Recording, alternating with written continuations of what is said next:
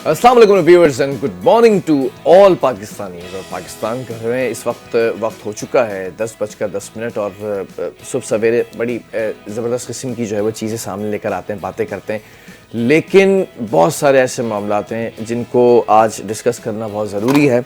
और ज़रूरी इसलिए है क्योंकि उसमें कुछ अपडेट्स हमारे पास सामने आई हैं। अब ये अपडेट्स मैं आपको बताता चलूँ कि सानेहा गुल प्लाज़ा और गुल प्लाज़ा का ये जो सानेहा था, इसके बाद अब लाशें या बाक़ियात निकालने का सिलसिला भी अभी जारी था। मलबे तले ये लाशें जो है वो दबी हुई थी और इस वक्त ये भी अंदाज़ा लगाया जा रहा है कि 100 से ज़ायद अफराद वहाँ पर जो है वो उस मलबे तले दबे हुए हैं, क्योंकि अब ज़िंदगी की उम्मीद ख़त्म हो चुकी है। आग बुझाई जा चुकी है या आग खुद बुझ गई, ये भी एक बड़ा एक अलमिया है कहना कि ये हुआ क्या है। बहरहाल इन तमाम चीज़ों के ऊपर बात कर लेते हैं, क्योंकि फायर फाइटर्स का काम था आग बुझाना, जो कि KMC के डिपार्टमेंट के थे, जो कि रेस्क्यू 1122 के डिपार्टमेंट में थे और जो कि नेवी के फायर फाइटर्स थे। नेवी का जो फायर डिपार्टमेंट था, उनके आलात वो सब उनसे लेस थे, उनके पास मौजूद थे। रेस्क्यू 1122 के पास भी सारे आलात मौजूद थे, लेकिन एक सबसे बड़ा इदारा है KMC का, जिसका मेन होल्सोल काम यही है, बड़ी दर्जे की जो आग बुझाने का काम होता है वो इनका होता है। और इनके बहुत सारे हमारे सहाफ़ी दोस्त हजरात हैं और उनकी मैंने पोस्ट पढ़ी और उनकी मैंने वीडियोस देखी, तो वो कोई फायर स्टेशन पर गए तो फायर स्टेशन की जो हालत थी ना, वो इस कदर बद से बदतर थी कि वो अगर उस बिल्डिंग में भी खुदा न खास्ता आग लग जाए तो वो अपनी आग भी नहीं बुझा सकते हैं। और साथ साथ दूसरी तरफ ये कि जो इस वक्त ख़बरें सामने आ रही हैं कि फ़ायर फाइटर्स वहाँ पर मौजूद थे और उनके पास आलात नहीं थे। कुछ ऐसे भी जो है वो प्रूफ्स मिले हैं, कुछ ऐसी भी बातें सामने आई हैं कि एक गाड़ी आई है 1.5 घंटे बाद और फिर उसके बाद उनके पास ना तो कटर्स मौजूद हैं, जैसे मैंने कल आपको बताया था कि मुझे कल कोई ऐसी चीज़ जो है ना वो जो मैंने आपको बता रहा था कि नज़र ही नहीं आ रही थी उन फाइटर्स के पास, उस डिपार्टमेंट के पास, कि जब आपको ये भी बताया कि क्रेन होनी चाहिए थी, कोई फ्लड लाइट होनी चाहिए थी, कोई कटर्स होने चाहिए थे, कोई दरवाजे दीवारें तोड़ने के लिए चीज़ें होनी चाहिए थी, नहीं नज़र आए। उसके ऊपर बेबसी का, बेहिसी का और मुर्दा होने का ये सबूत है कि आपस में जो है ना वो तमाम सियासी जमातें हों या फिर कुछ ओहदे हों, जिन ओहदों के ऊपर हम रिलाई करके बैठे हुए हैं। कराची वाले सबसे पहले ओहदे पर आ जाते हैं मुर्तज़ा वहाब साहब। इनको बहुत बुरा लगता है जब इनके बारे में कोई बात कर ले और इनके जो यूट्यूबर्स इनसे अच्छे सवालात कर लें तो बहुत अच्छा लगता है, लेकिन कोई तनकीद कर दे तो फिर ये बड़ी कोई अजीब व गरीब किस्म की लैंग्वेज यूज़ करते हैं। एक और वीडियो मेरी अगर आप वॉल पर जाएं और जाके देखें तो कल ही मैंने शेयर की, तो किसी ने पूछा कि आप इस्तीफ़ा दे दें। अब ये पुरानी वीडियो भी हो सकती है, नई भी, लेकिन सिर्फ इनकी लैंग्वेज का अंदाज़ा लगाने के लिए आपको बता रहा हूँ कि वो कहते नज़र आए कि तुम्हारे बाप का है या किसी के बाप की जो है वो सीट है जो छोड़ दूँ, ये पीपल्स पार्टी वाला हूँ, जियाला हूँ, इतनी आसानी से नहीं छोड़ूंगा। तो इतनी आसानी से तो आप उस आवाम का पीछा भी नहीं छोड़ेंगे, इतनी आसानी से तो आप जो लोग मर चुके हैं ना उनके घर वालों की जो दुआएं होंगी ना, जिसके अंदर कुछ भी हो सकता है या आहें होंगी, वो भी आपका पीछा नहीं छोड़ेंगी। और साथ साथ एक बात और कि एक बड़े TV चैनल के ऊपर प्रोग्राम चल रहा था, उस प्रोग्राम के अंदर उस एंकर की ये महारत थी या काबिलियत थी कि उसने एट अ टाइम दोनों शख्सियात को लेकर बिठाया। एक तरफ पहले स्लॉट में मुर्तज़ा वहाब को लिया, दूसरे स्लॉट के अंदर नासिर हुसैन शाह को लिया, यानी कि मुर्तज़ा वहाब इस कराची शहर के बाप बनने की कोशिश करते हैं, यानी कि मेयर कहलाते हैं ना, मेयर कह लें कि मेयर बाप की तरह ही होता है। उसके जो है वो तमाम डिपार्टमेंट होते हैं, वाटर बोर्ड भी अब आपके अंडर है, KMC तो पूरा है ही आपके अंडर। सवाल ये किया कि मुर्तज़ा साहब ने कहा कि हमने एक फायर ऑडिट के लिए एक रिपोर्ट बनाई थी जब ये RJ मॉल के अंदर आग लगी थी और ये हमने वज़ीर आला को भिजवाई थी। अच्छा, फिर उन्होंने ये कहा कि अब हमने दोबारा जो है वो उनको याद दिलाया कि सर हमने वो फला रिपोर्ट भिजवाई थी, ज़रा उसको देखें ना। ठीक है, फिर नासिर हुसैन शाह को लिया। नासिर हुसैन शाह ने बोला कि भाई आज ये रिपोर्ट में जो है वो वज़ीर आला तक पहुंची है और मैंने दोबारा जो है वो ये यकीन दहानी करवाई कि इसके ऊपर काम किया जाए। अब सवाल ये है कि मेयर इतनी सारी चीज़ों के अंदर मसरूफ़ हैं, एक जगह पर सारे यूट्यूबर्स को इकट्ठा करते हैं और यूट्यूबर्स की भी बड़ी कहानी है, बड़े लोग खुलकर उनके पास जो है ना सामने आ रहे हैं, उनके बारे में बातें कर रहे हैं कि आइदर दे आर पेड और नॉट, इसके ऊपर बातें की जा रही हैं, लेकिन उनका कंटेंट इतना बाइज्ड हो चुका है कि वो खुल के चीज़ें सामने आ चुकी हैं।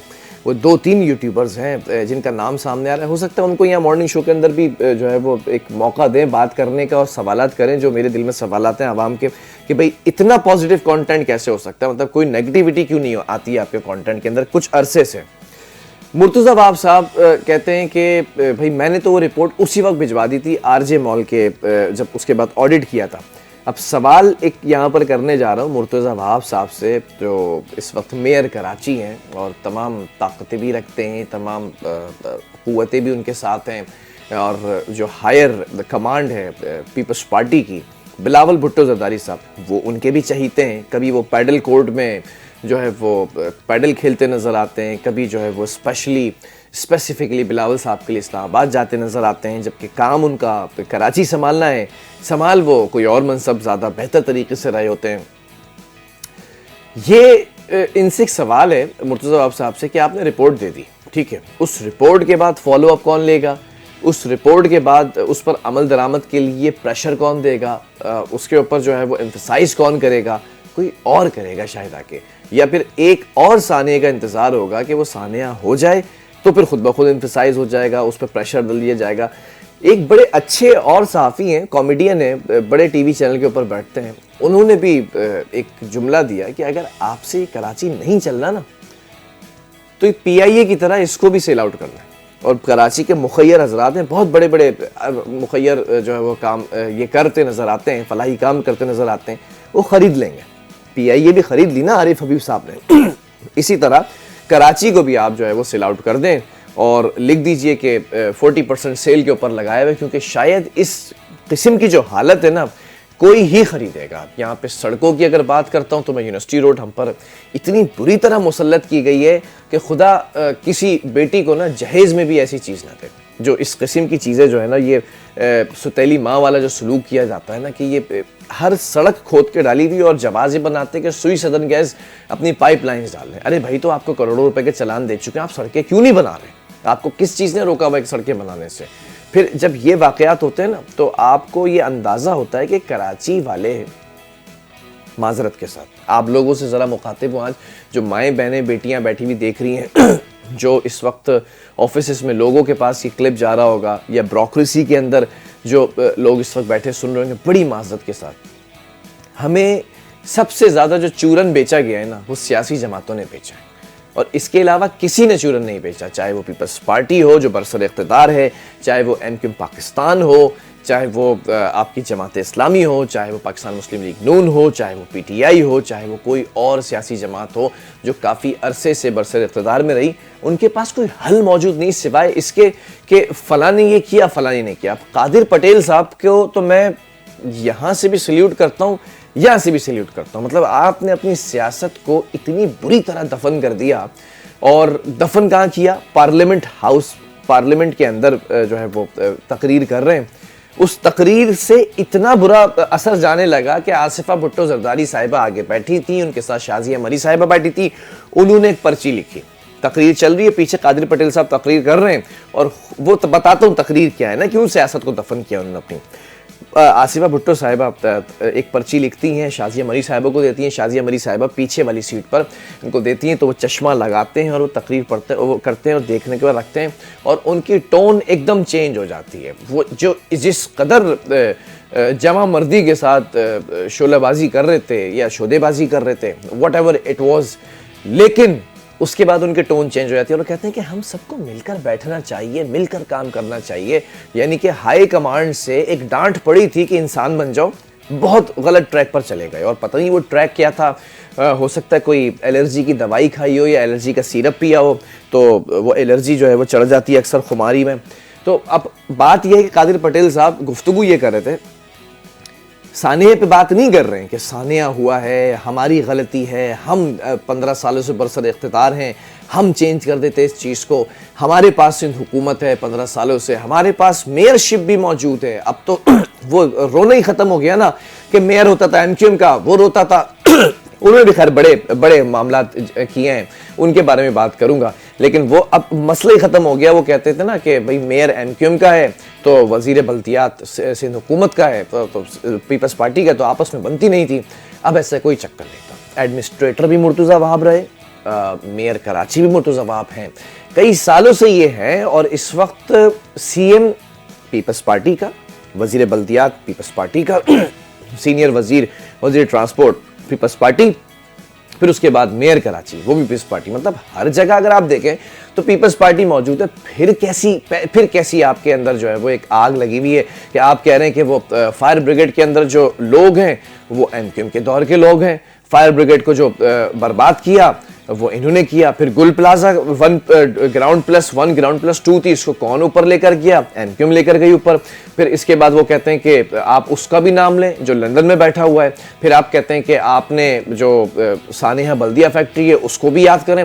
फिर शुरू करेंगे तो शुरू से शुरू करेंगे। आपने मजाक बनाया हुआ पार्लियामेंट को, आपने अवाम को मजाक बनाया हुआ है। आपके जो जुमले हैं वो ऐसा लगता है कि आप अपने होशो हवास में जुमले नहीं कह रहे हैं। ये रात 9 बजे के बाद वाले जुमले आप सुबह पार्लियामेंट के अंदर कह रहे हैं कि आप जो है वो पुरानी सियासत जो हो रही थी, जो एमक्यूएम की सियासत हो रही थी, आप उसको लेकर आए और आपने जो है वो जवाब बनाकर सारा मलबा लंदन पे डाल दिया। अब मुझे समझ में नहीं आता कि माइनस लंदन तो हो गया, माइनस सारी चीजें हो गई, आपकी गुफ्तगू से माइनस क्यों नहीं हुआ? इदारों को, मुख्तदर हल्कों को इस पर शदीद नोटिस लेना चाहिए। इनको ज़रा वॉच आउट करें कि ये जब भी बात करते हैं तो ये अपनी गुफ्तगू से माइनस लंदन क्यों नहीं कर पा रहे हैं। मुल्क से माइनस लंदन हो चुका है, कराची से माइनस लंदन हो चुका है। इनके रवाबित तो नहीं है, कहीं ये इन पे बात करते हैं और सारा मलबा उन पे डाल देते हैं। वहाँ से कोई जवाब नहीं आता, पता है कि वो कोई जवाब नहीं देंगे मेन स्ट्रीम के ऊपर, तो बात ख़त्म हो जाएगी। एक चीज़ यहाँ पर कहना चाहूँगा, जो लोग इस वक्त वहां पर खड़े हुए हैं उनको अब नहीं पता, उनको पता ही नहीं है, ना पता चल सकता है कि ये पूरी बॉडी मेरे अपने प्यारे की है या किसी और के प्यारे की है, क्योंकि वो पूरी बॉडीज हैं ही नहीं इस हालत में कि उनकी शनाख्त हो सके। किसी का हाथ है, किसी के बाकियात हैं, किसी का जो जिस्म का कोई और जो है वो हिस्सा है जो अपने प्यारों से जो है वो बिछड़ चुका है और अपने प्यारे सिर्फ खड़े हुए बाहर ये देख रहे हैं। अभी कल ही पता चला, डीआईजी साउथ ने कंफर्म किया, बल्कि अभी मुझे मुश्तबा बता रहा था मेरा लाइन प्रोड्यूसर, कि 30 लाशें एक दुकान से मिली हैं। Can you imagine?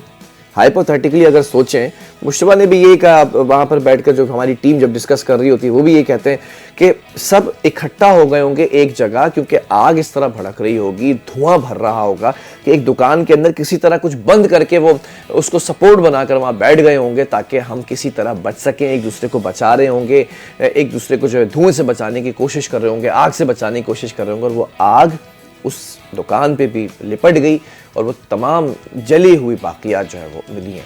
अब इस पर अभी तक कोई कमेटी नहीं आई है, अभी कमीशन तो बना दिया गया है। एक जुमला सिर्फ मुझे अच्छा लगा, जो कि मुझे पता नहीं कि दिल से निकला है या सिर्फ ज़बान से निकला है या सिर्फ व्यूज़ का चक्कर था वो निकला।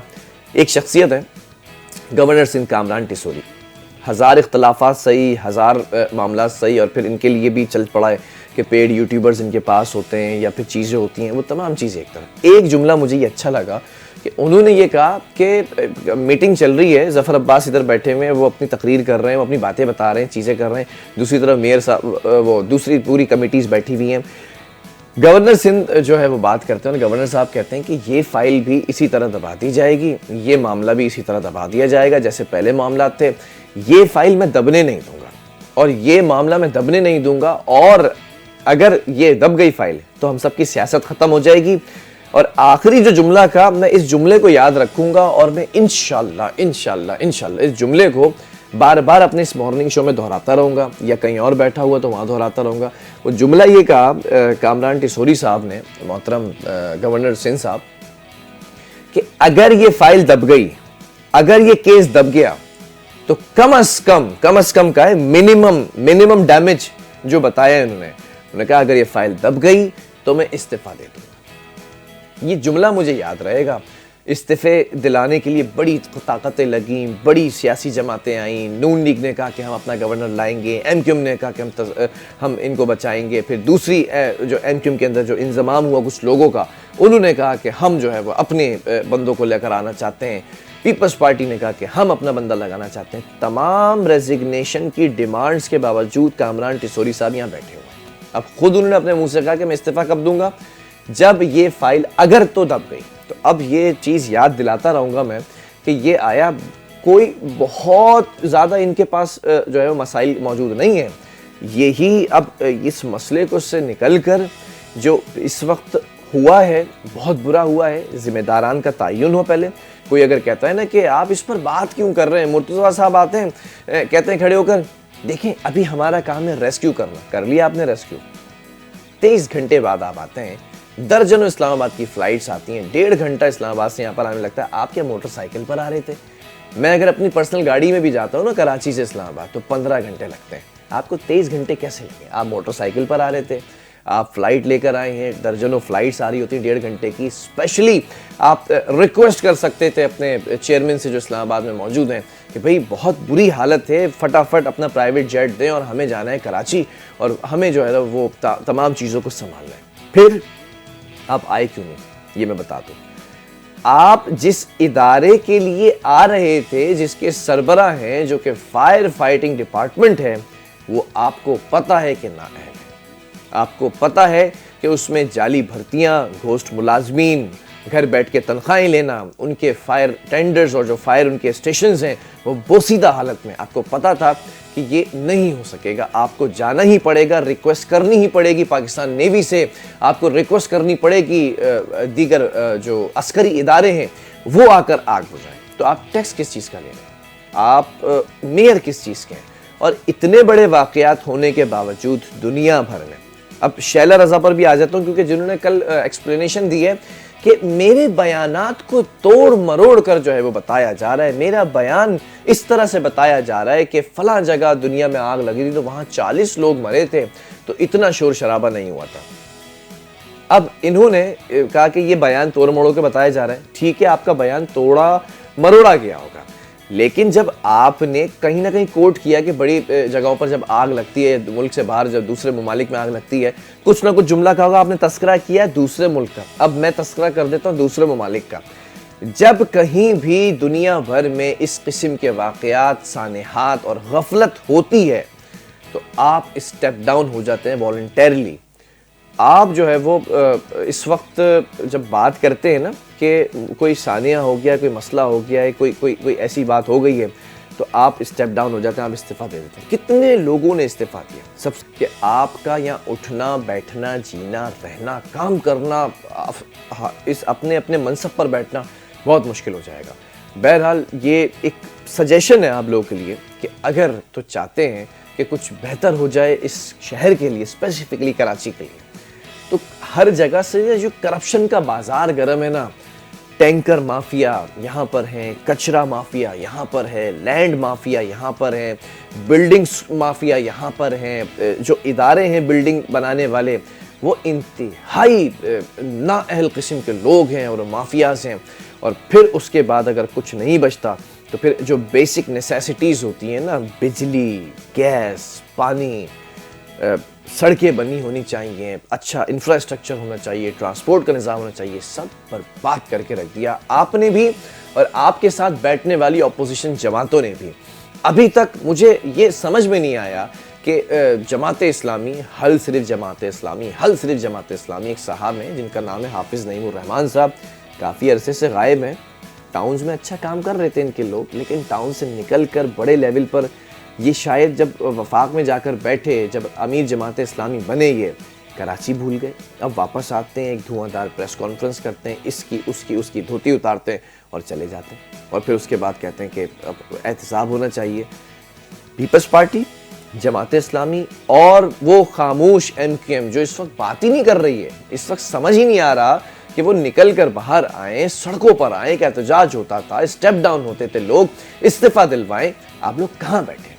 क्या कोई मिली भगत है? ख्वाजा इज़ारुल हसन साहब की एक असम्बली के अंदर एक नज़म थी, आओ सब मिलकर खाते हैं, थोड़ा तुम खाओ थोड़ा हम खाते हैं, कुछ इस तरह की कोई नज़म थी। मुझे आज बिल्कुल ऐसा नज़र आ रहा है कि आओ सब मिलकर खाते हैं, कहीं अवाम की जान खाते हैं, कहीं इनके जिगर, जले हुए जिगर जो है ना वो खा जाते हैं। ये सब लोग ये बात याद रखिएगा, ये चीज़ याद रखिएगा।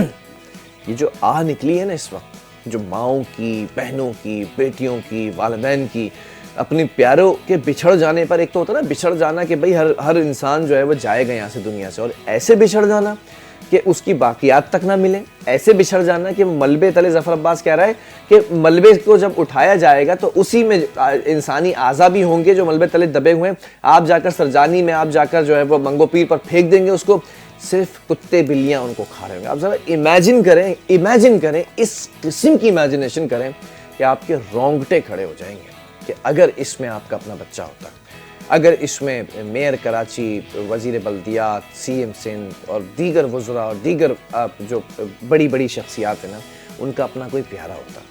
तो इमेजिन तो करें ज़रा, आपकी जो ज़फ़र अब्बास ने जुमला कहा है, इस जुमले को ज़रा इमेजिनेशन में लेकर आएँ कि ये कितने दर्दनाक मामलात होंगे कि आपका अपना प्यारा मंगो पीर के कचरा कुंडी में पड़ा हुआ होगा। आप मलबा उठाएंगे, कोई ना कोई चीज़, कोई ना कोई आज़ा तो उसके साथ जाएगा ना।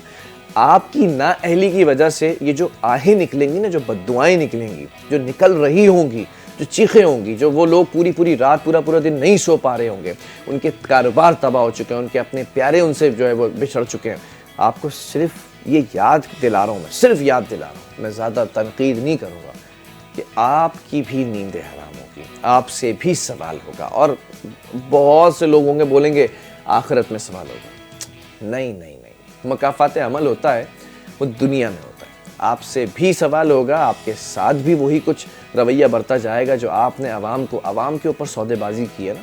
और ये सौदेबाजी बहुत महंगी पड़ेगी, शायद चाहे मैं यहाँ बैठा हुआ हूँ कल को या ना बैठा हूँ, चाहे मैं ज़िंदा हूँ या ना ज़िंदा हूँ, ये तमाम बातें ऑन रिकॉर्ड रहेंगी कि आपसे भी सवाल होगा, आपके साथ भी एहतसाब होगा, आपके साथ भी मुकाफ़ात अमल होगा। बहरहाल आगे बढ़ते हैं। प्रोड्यूसर साहब बहुत इसरार कर रहे हैं कि इस टॉपिक से निकल कर आगे और कुछ ख़बरों पर भी आएँ, तो वो भी आ जाता हूँ, लेकिन ये याद रखिए कि जो मैंने कहा है, बहुत सारी ख़बरें हैं, उनको भी शामिल कर लेते हैं। पाकिस्तान और चीन के दरमियान जो एक मुआहदा हुआ है उसको ज़रा डिस्कस कर लेते हैं। पाकिस्तान और चीन के दरमियान जूता साजी की सनत में एक जॉइंट वेंचर मुआहदे की मंजूरी दे दी गई है। मुश्तरका सरमायाकारी के जो मुआहदा है वो Pakistani company service global footwear और Chinese company golden star footwear group के दरमियान तय पाया गया है, जबकि जॉइंट वेंचर मुआहदे की तफसीलात Pakistani listed company service global footwear ने भी पाकिस्तान स्टॉक एक्सचेंज के इंतज़ामिया को बज़रिया ख़त आगाह कर दिया है। जबकि ख़त के मुताबिक पाकिस्तानी कंपनी नॉन लेदर जो फुटवेयर हैं उनकी तैयारी में 1 अरब रुपए की तवील मुद्दत सरमायाकारी करेगी और 1 अरब रुपए मालियत की ये सरमायाकारी 5 साल के अरसे में मरहलावार और बुनियादों पर की जाएगी, ताकि जो इसके मुताबिक पाक चाइना जॉइंट वेंचर मुआहदा है उसमें पाकिस्तानी कंपनी का हिस्सा 51%, जबकि चीनी कंपनी का हिस्सा 49% है। जॉइंट वेंचर मुआहदे के तहत पाकिस्तानी जूता साज कंपनी मुरीद के में वाक़ ज़मीन और इमारत को जॉइंट वेंचर मंसूबे के लिए भी लीज़ पर फराहम करेगी और चीनी शराकतदारी कंपनी जो हो रही है, शराकतदार कंपनी है जॉइंट वेंचर की, उसकी बुनियाद पर मज़कूरा ज़मीन और इमारत 1 साल की मुद्दत के लिए लीज़ पर भी हासिल करेगी। ये एक नया बाब जो है वो नया चैप्टर खोल दिया गया है और इस चैप्टर के अंदर इकनॉमिकली बहुत सारी चीज़ें वी गोना सी के बहुत बेहतर होंगी। हमारी जो लेदर टेंट्रीज़ हैं, हमारे जो लेदर बनाने का अमल है, वो एक बहुत ही फ़ाइन क्लास हमारी क्वालिटीज़ हैं। हम एक्सपोर्ट भी करते हैं, हम इंपोर्ट भी करते हैं, और फिर जब हम एक्सपोर्ट करते हैं तो फिर हम कहीं यहाँ जूते बना के एक्सपोर्ट करते हैं, कहीं हम फ़ाइन जो ब्लू लेदर होता है उसको भी यहाँ से जो है वो हम एक्सपोर्ट करते हैं। हम दुनिया भर में माने जाने टेक्सटाइल के अंदर लोग हैं और ये एक नया चैप्टर 2026 में आगाज़ हुआ है। बहरहाल आगे बढ़ते हैं। सानिया गुल प्लाजा की तहकीकात के हवाले से बात कर लेता हूँ। इसका दायरा वसी कर दिया गया है। हुकाम ने लाशों के सैंपल्स का जो केमिकल है उसकी एग्जामिनेशन के लिए केमिकल एग्जामिनेशन जो होनी है उसका फ़ैसला किया है। ज़राए के मुताबिक इमारत के अंदर केमिकल की मौजूदगी लाशों के लेबॉर्ट्री टेस्ट से मालूम होगी, जबकि तहकीकात में आग की तेज़ी से फैलने की वजूहात पता की जाएंगी। जबकि गुल प्लाजा से भी केमिकल की मौजूदगी के लिए सैंपल्स जमा किए जाएंगे, जबकि मार्केट से मुताल्लिका अफराद के बयानात भी कलमबंद किए जाएंगे। करवा लीजिए, ये बहुत अच्छा हो जाएगा, क्योंकि शवाहिद मिले या ना मिले, अब तक जो बातें सामने आ रही हैं कि ये आग बुझ नहीं सकी, ये आग बराबर वाले प्लाजा तक पहुंच नहीं सकी, ये आग उसी दौरान अंदर मौजूद रही, लोगों को जलाती रही, आप बुझा नहीं सके, आप अंदर जा नहीं सके, आप दरवाजे दीवारें सब तोड़ नहीं सके। ये बहुत सारे राज हैं जो खुलने का नाम लेंगे। फिर BRT मंसूबा सामने है, फिर वहाँ स्टेशन भी बनना है, फिर ये गोल प्लाजा किसको जाएगा, कौन बनाएगा इसको, ये बहुत सारे सवालात हैं जो शायद एक महज इत्तेफाक भी हो सकता है, लेकिन इस पर इंक्वायरी करना बहुत ज़रूरी है। बहरहाल स्विट्ज़रलैंड की भी बात कर लेते हैं, कुछ खबर शामिल कर लेते हैं। वहाँ से भी एक खबर आई है जो स्विट्ज़रलैंड का शहर है डेविस, और उसमें आलमी इक़्तिसादी फ़ोरम के 26वें सालाना इजलास के मौके पर वज़ीर आज़म शहबाज शरीफ यहाँ पर मौजूद हैं। IMF की मैनेजिंग डायरेक्टर क्रिस्टलिना जॉर्जिया से भी मुलाकात की है, और क्रिस्टलिना से जो मुलाकात हुई है उसमें उभरती हुई मईशतों को दरपेश चैलेंजेस और जो इकनॉमिकल स्टेबिलिटी है आपकी, उसके तहफ़्फ़ुज़ के लिए बड़ी यकीन दहानी कराई गई है।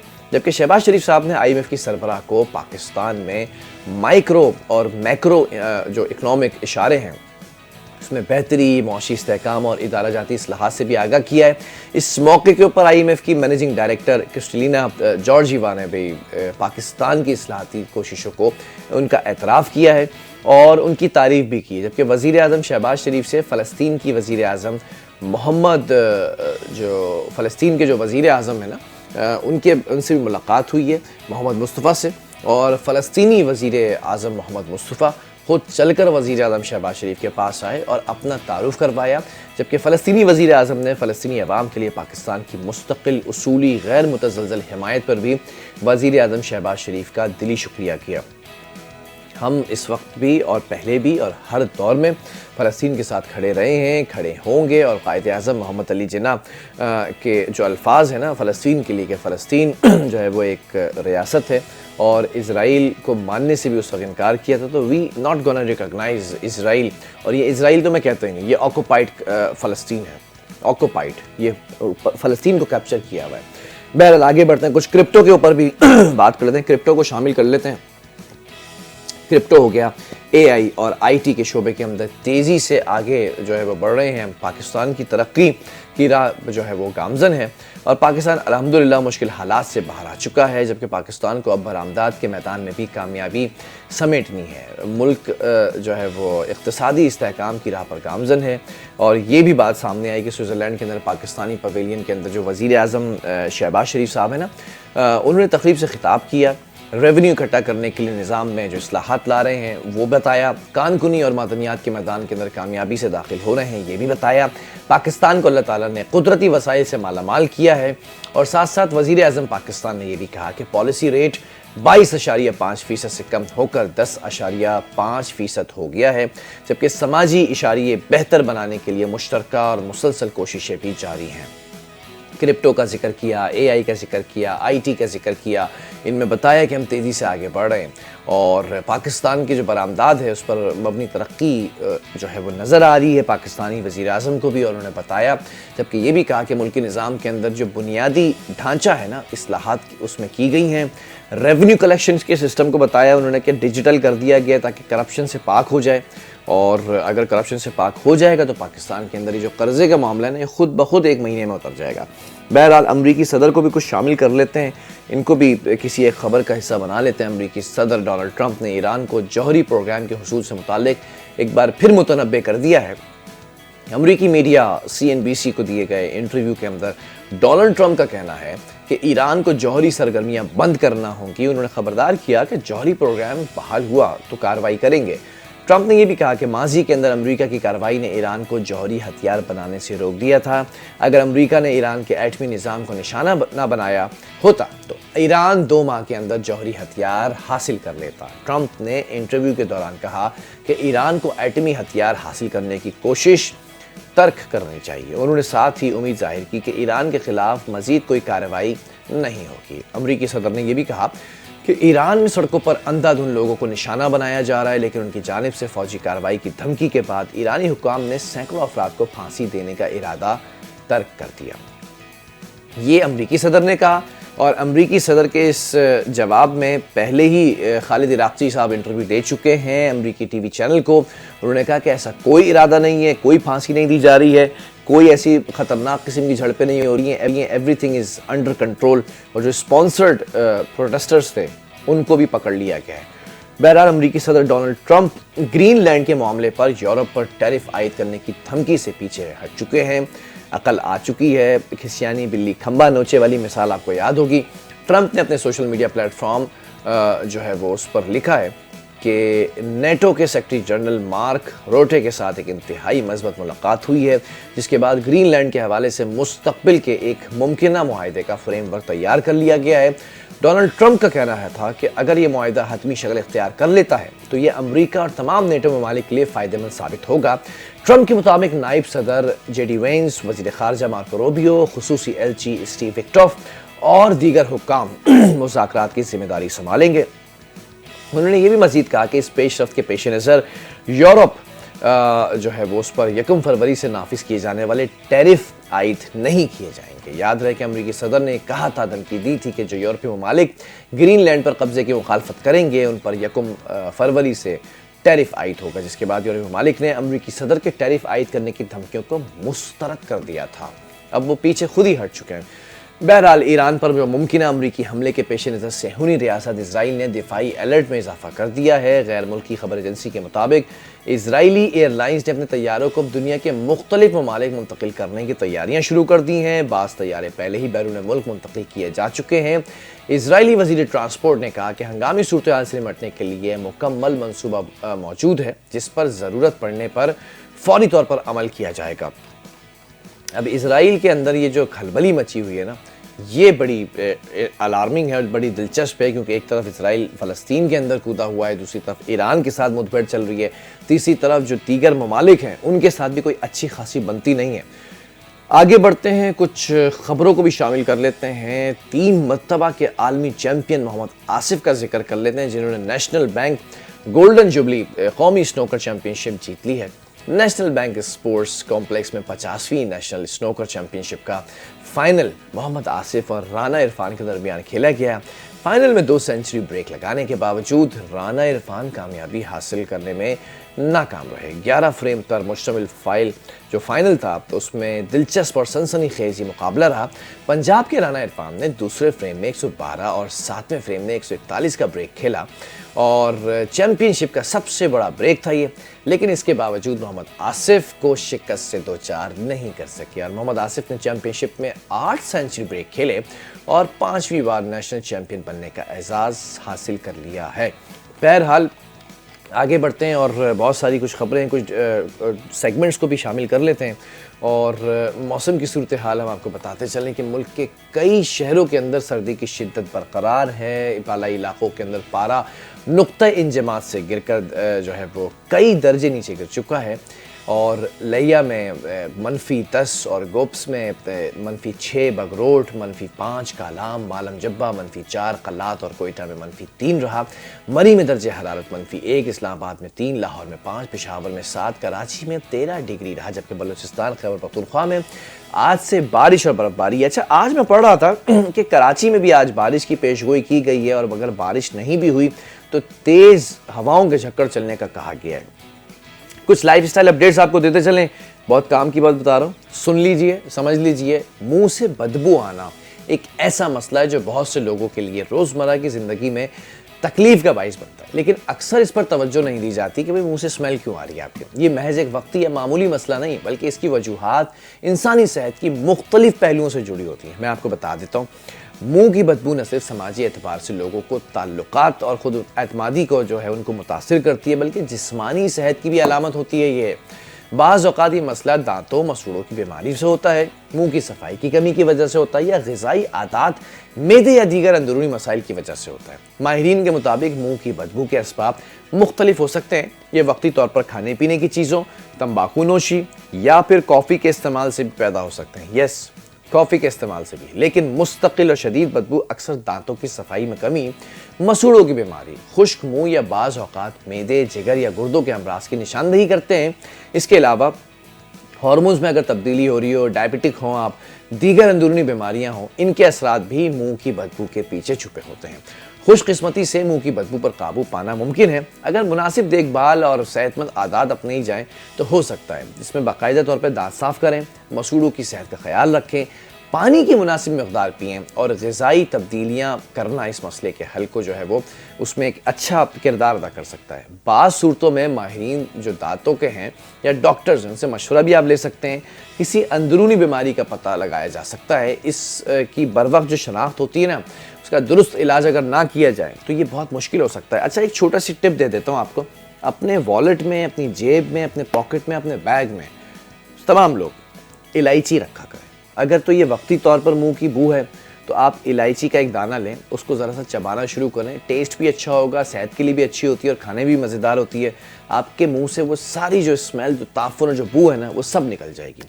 बहरहाल कुछ हेल्थ सेगमेंट की तरफ भी आते हैं और उस पर भी हम ज़रा सा बात करेंगे एक ब्रेक के बाद।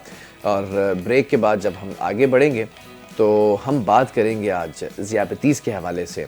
और ज़ियाबतीस जो है वो एक बहुत ही एक ऐसी खामोश बीमारी है जो बढ़ती चली जा रही है।